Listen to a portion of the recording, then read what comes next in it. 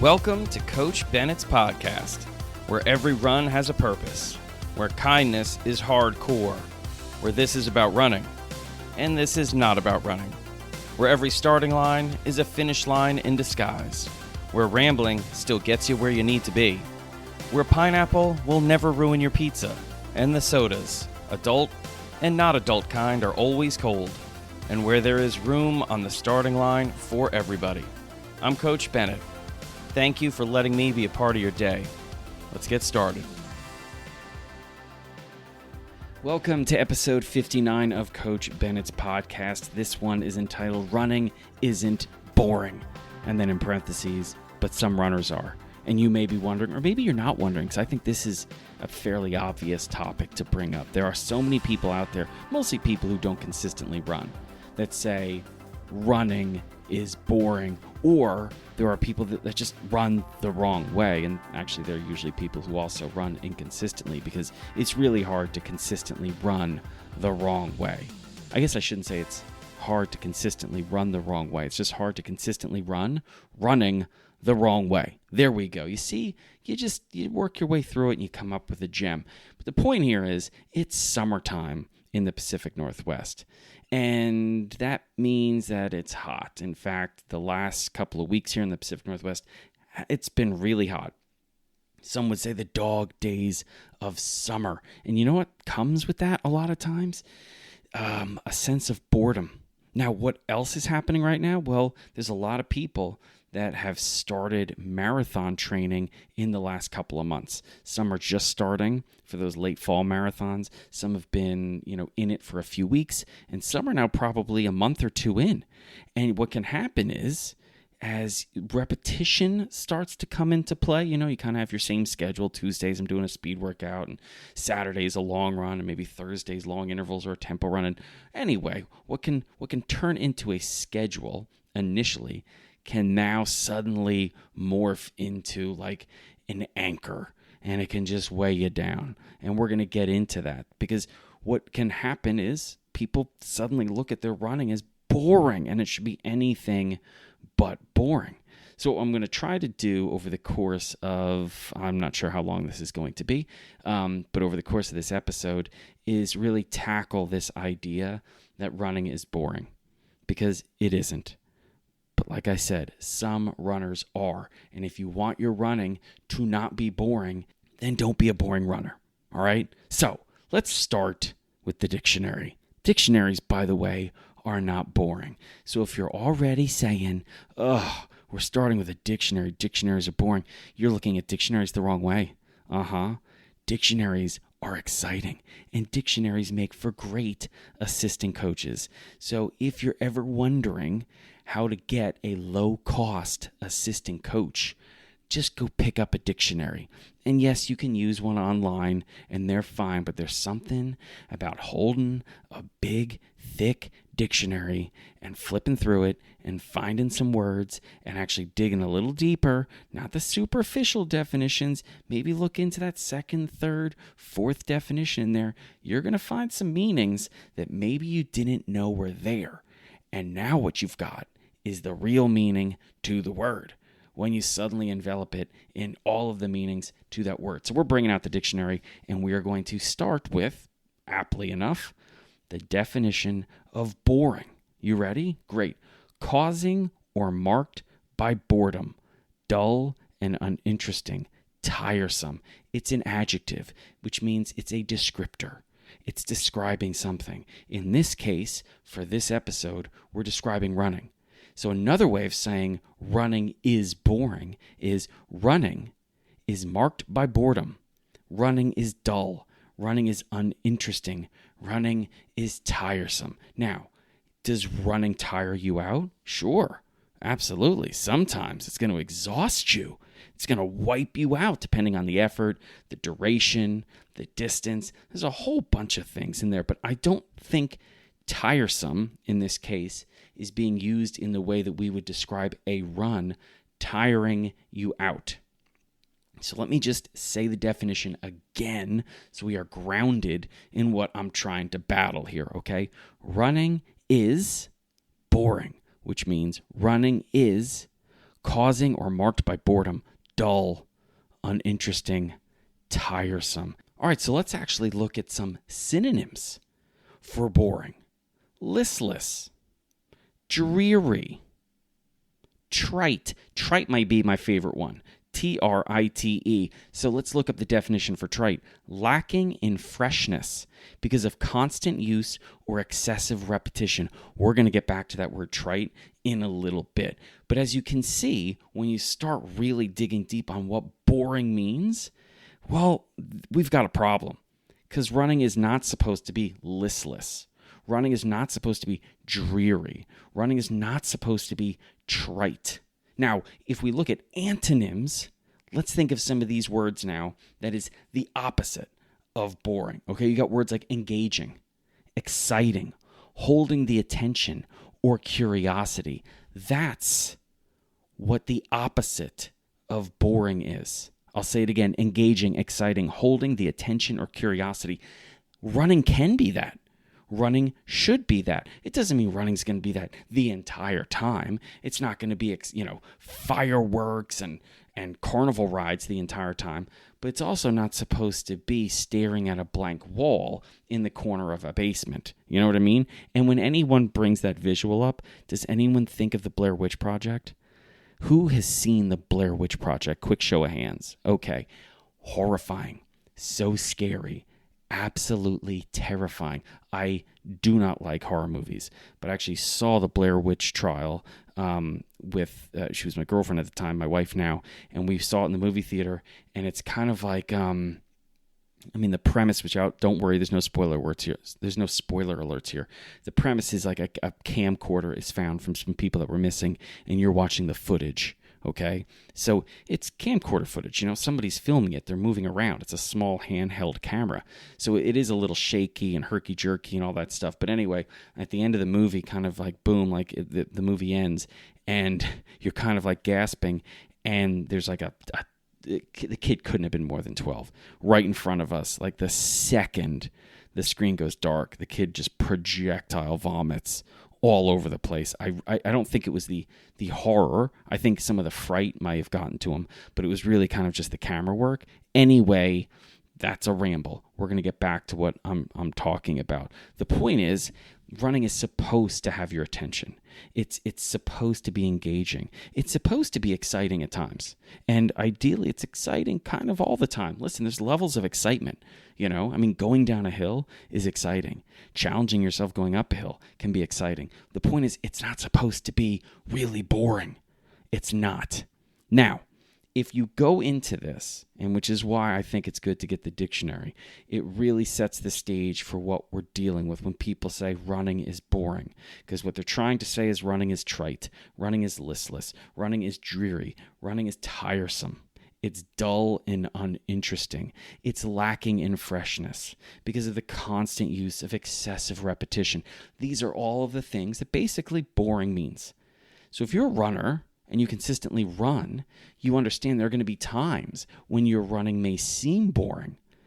But if you really dig deeper, is it boring or is it something to do with the runner? Now, let's go in a little bit more about why something may seem boring, okay? Because I'm going to not pretend like running doesn't seem boring at some times. But let's try to figure out why we get bored. Just in the definition of trite, they use the word repetition. So yeah, one of the reasons why we get bored is repetition. No difference in the training leads to indifference in the training. That's what I find. Having trained enough athletes and having been an athlete for a really long time, I can tell you that when there's no difference in the training day to day, you just become indifferent day to day to the training. You get bored. What's the point? We're doing the same thing.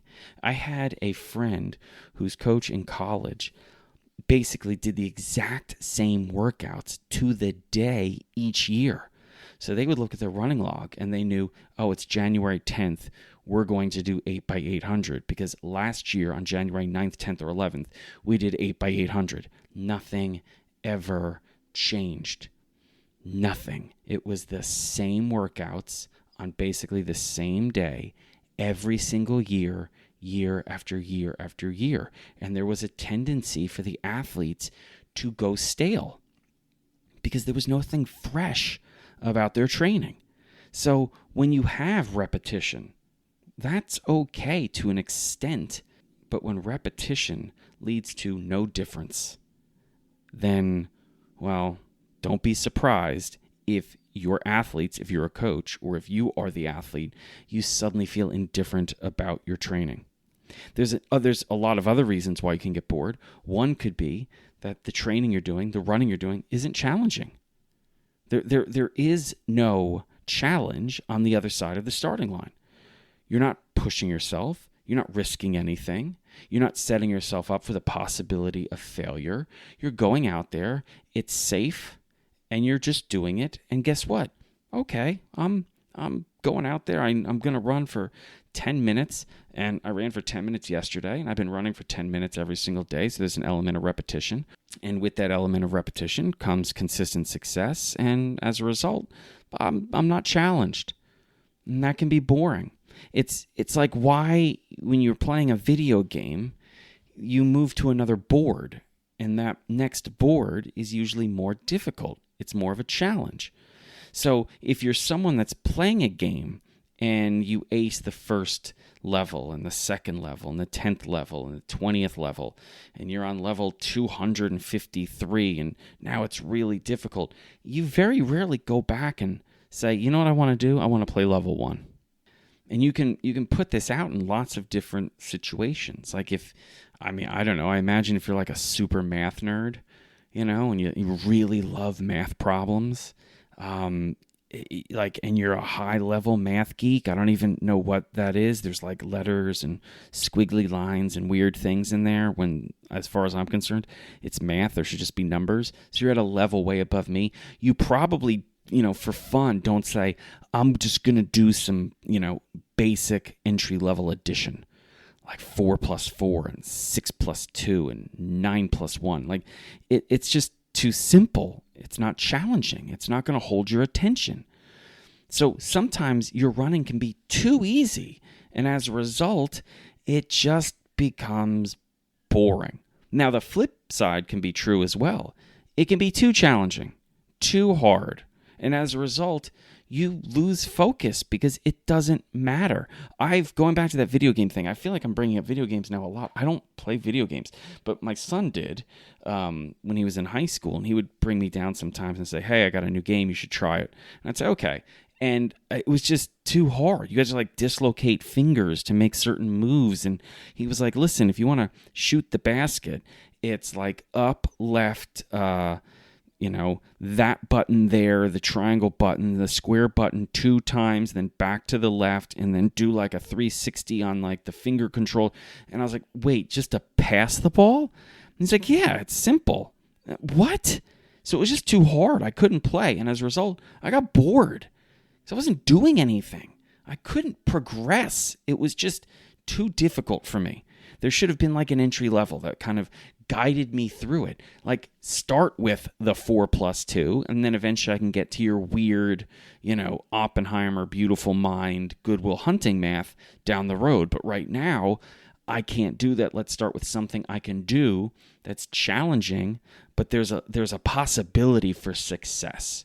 And if your running is set at a level that's too challenging, which means you're basically only setting yourself up to experience failure. Well, failure's boring. Granted, success can get boring too, which is why that element of a real challenge, is something that I think is essential to not just your training, but your goals. There has to be the possibility of success, and with that, the possibility of failure when you're setting up your training and your goals. It has to be challenging enough and not too much, okay? So, like I said, if you're bored, it could be because the running's too challenging or not challenging enough. There could be a lack of purpose. That's another reason why people get bored. And I tell coaches, especially at the high school level, but it's because I get a lot of coaches who ask me at the high school level, but this is true for any single level. That purpose, the story, it has to be there. if kids are showing up, and by kids I mean anyone is showing up for a run and they're not running for anything, there's no purpose, there's no story, well, they're going to stop showing up. Why am I showing up here? That's what you need to be able to answer. Why am I here? Why am I about to run? Why am I going to keep running? Why am I going to celebrate what I just did? Why am I going to show back up after what I did fell short, or I stumbled, or failed? What's my purpose? What is my drive? Why am I here? If you can answer that, then guess what? Those tough stretches that you might have said are boring if you didn't have a purpose, well, they're just part of the gig. They're part of the trail that you're on, the path that you're taking, the track that you're running. It's just a part of it. It's not boring. It's just some time in the desert you go through where you're battling low motivation or lack of inspiration. But it's different. It's different if you have a purpose, if you have a story. The other thing is just, guess what? Sometimes we're just bored. We just are, for a lot of different reasons. And sometimes we think we're bored, but we're not. Sometimes we're a little bit nervous about what we're taking on in terms of maybe the volume of what's ahead of us, in terms of, you commit to a marathon, let's say, and it's 18 weeks of training, and you've trained for 8 weeks, and now you're in the middle of it, and there's just recovery run after recovery run and long run after recovery run, and it just seems endless and overwhelming, and now you're far away from the start, but you're not close to the finish, and you just become overwhelmed, and you think this is just pointless. And you have doubts, and that's fine. That's okay to have doubts. It's okay to have your confidence shaken. What we can do, though, is get nervous, get frustrated, get confused, and as a result, we look for something to hold on to. And saying this is boring is an easy thing to hold on to. Sometimes we'll say that training that is becoming difficult is maybe too difficult to accept that it's difficult. It's just not easy for us to just admit this is hard. It's much easier to say this is boring. And I think that's where this is an opportunity, though, especially after this, hopefully, where you can look out for those moments and say, is it boring or am I struggling? And it's okay to be struggling. That's part of it. And it's an opportunity to dig a little bit deeper and ask those questions. And the other thing about being bored is there are opportunities there. There are opportunities there. There are opportunities to be creative. There are opportunities to try new things. And sometimes all you need to do is throw away the plan that you're on. Just completely throw it away. Other times it's just making adjustments to the plan or adjustments to the schedule, the program, adjustments to the run you're on, the week that you're in. There are so many different ways that you can be creative and innovative with what you're doing in the face of potential boredom. But I want you to make sure you understand you have the ownership to make those adjustments. You have the ability to make those tweaks in the plan, in the program, in the run you're doing to battle something like boredom, or at least the idea that you're bored. But at the end of the day, boredom is a part of it. And it is a very inclusive term here. I want it to include, yes, you're running, you're training, the bigger program, your running journey, but also it's a part of life, and it's a part of your work, and it's a part of relationships, and it's a part of sports, and it's a part of reading and writing. I mean, listen, I read 2 books at all times. So I have a nonfiction book and a fiction book. And there are times when I'm tired and I'm reading and I'm starting to lose focus because I'm fatigued, and I start having to read the same thing over and over again, and suddenly I'm bored with reading. At least that's what I'm saying to myself. I'm so bored with reading. I'm not bored with reading. I'm tired. It's hard to focus. As a result, I'm not getting out of the reading what I normally would. So maybe what I need to do is give myself some grace, get some rest, and come back to the book. It's like food. I love talking about food. Think about this. Imagine your favorite dish, okay? Your favorite dish. Do you have it in your head? Okay? It could be whatever you want. Whatever you want. Just get your favorite meal in your head. Now, have somebody cook it wrong. Just cook it terribly. Overcook it, undercook it, too much spice, not enough spice, whatever. All right? And they're consistently doing this. And they're serving it to you. Does that mean the dish is terrible? Or does it just mean that it was cooked terribly? It's the same thing with running. If you're setting yourself up to have a bad run by never changing the run, by doing the same run day in, day out, same time, same pace, and you're calling it boring, I don't think the running is boring. If you don't have a purpose, a real reason to go for a run, something powerful to hold on to. And by the way, you can have many purposes. You know, I say every run has a purpose, but every run can have many purposes. If you have no purpose to go for a run and you're suddenly out there on the run and you're thinking to yourself, why am I doing this? Why am I doing this? This is so boring. Is the run boring? Or is it just the fact that you have no direction? What are you doing? Why are you running?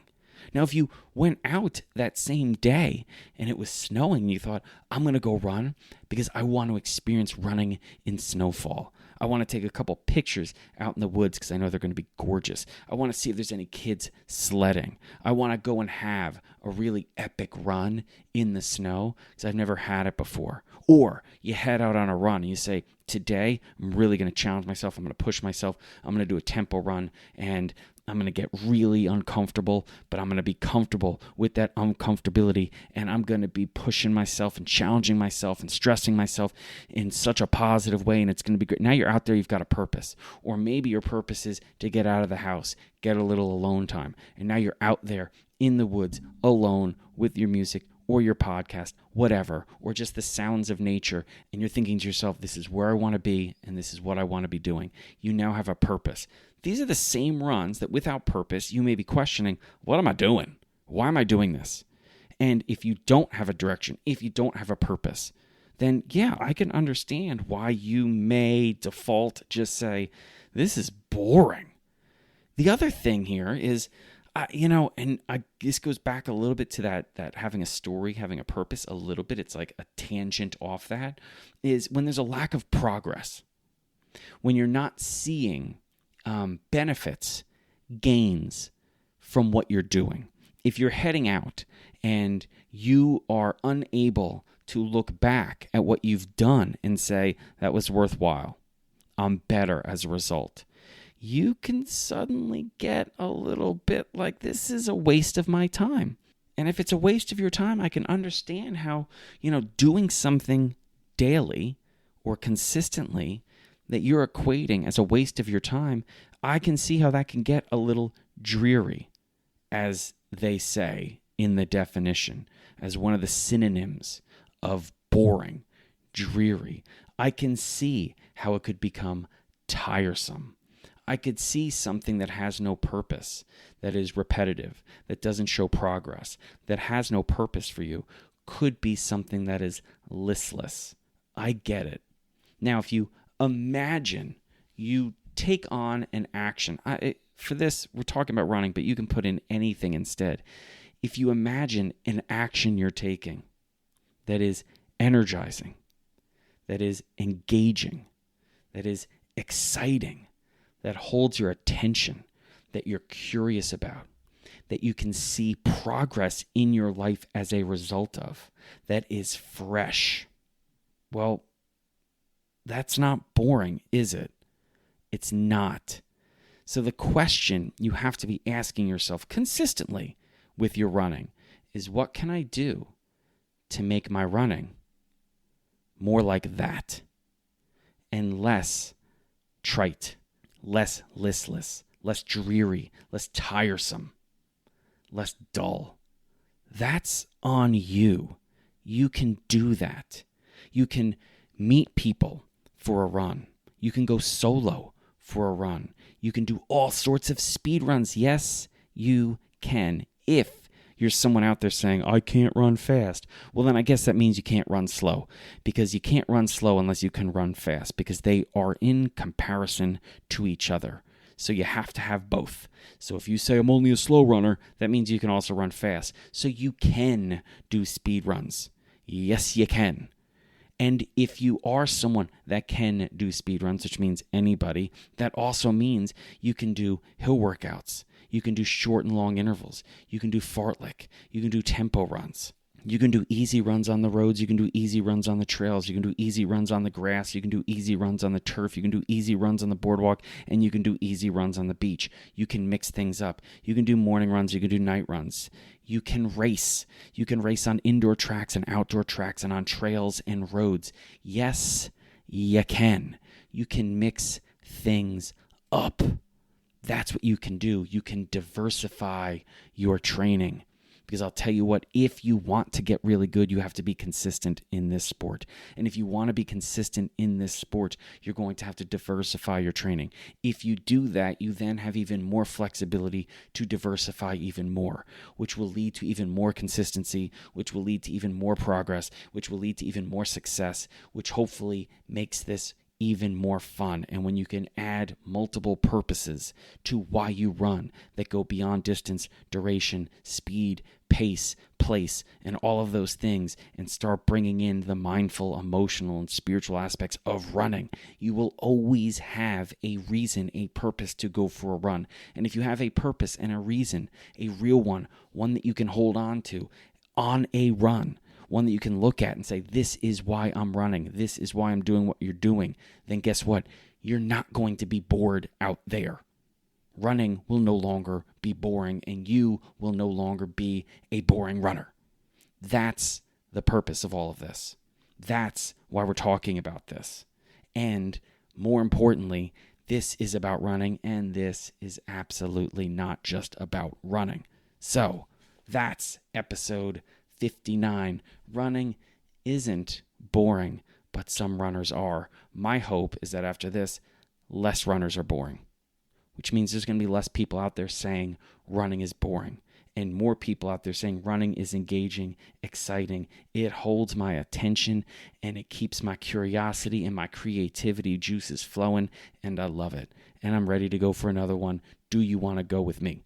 Because that's what this is all about, isn't it? It's about inviting ourselves and others to a starting line. That's right. It's about invitations. And I've got an invitation right now. I've got an invitation to Coach Tammy Bennett of the Show Up Society, Mindset Coach Extraordinaire, to come in and do a Mindset Minute. That's right. The invitation's out. The invitation has been accepted. And now it's time for Coach Tammy to give you a Mindset Minute. Okay, this Mindset Minute may be a little bit different from my usual Mindset Minutes, but it's okay. I want to encourage you to be a kid, to play, to let it be fun, to not take it so freaking seriously, okay? So here are some ideas. Find somebody running or walking ahead of you and pretend that you're in a race and try to get to that tree before they do. Or maybe you count how many people you see that are wearing pink shorts. Or maybe you make a bingo card of things to see on the run and celebrate yourself with a meal when you fill up your bingo card. Maybe you randomly sprint for 10 seconds during a lot of your runs. Maybe you pick a word and every time you hear it in the music that you're listening to, you stop, drop, and do a push-up. Maybe you say congratulations to everybody that you see on the run, even if it doesn't make any sense. Maybe you run to the ice cream shop and walk home while you eat your ice cream cone. The point is, you can be a kid again, you can make it fun, you can stop taking it so darn seriously, and running won't be boring if you can do that. All right, as always, a great invitation on my part. Am I right? I mean, let's be honest. I mean, every time I put out the invitation and she accepts it, you guys thank me for the Mindset Minute. So I look good, and I didn't do anything. I didn't do anything at all. It's perfect. All right. Thank you, Coach Tammy, for coming in for another Mindset Minute. We hope to have you back again next week. I've got links on how you can check out not just Coach Tammy, but her Show Up Society and her podcast in the show notes. So make sure you check those out. And as always, thank you so much for listening to Coach Bennett's podcast. Thank you for sharing part of your day with me. And until next time, which will be episode 60, how cool is that? Make sure you're taking care of yourself and taking care of each other, and I will meet you on that next starting line. Thank you so much for listening to Coach Bennett's podcast today. And if you're not already following or subscribed to the podcast on whatever platform you're listening, well, I really wish you would because it helps a lot. Also, check out the show notes because you'll find a link to Coach Bennett's newsletter, as well as all the social media sites that I'm on. Places like Threads and Facebook and Instagram and Mastodon and YouTube, and even the artist formerly known as Twitter. Whatever that dumpster fire is called today, you'll find a link to it because I'm on there. Thank you so much again for listening, and until next time, take care of yourself.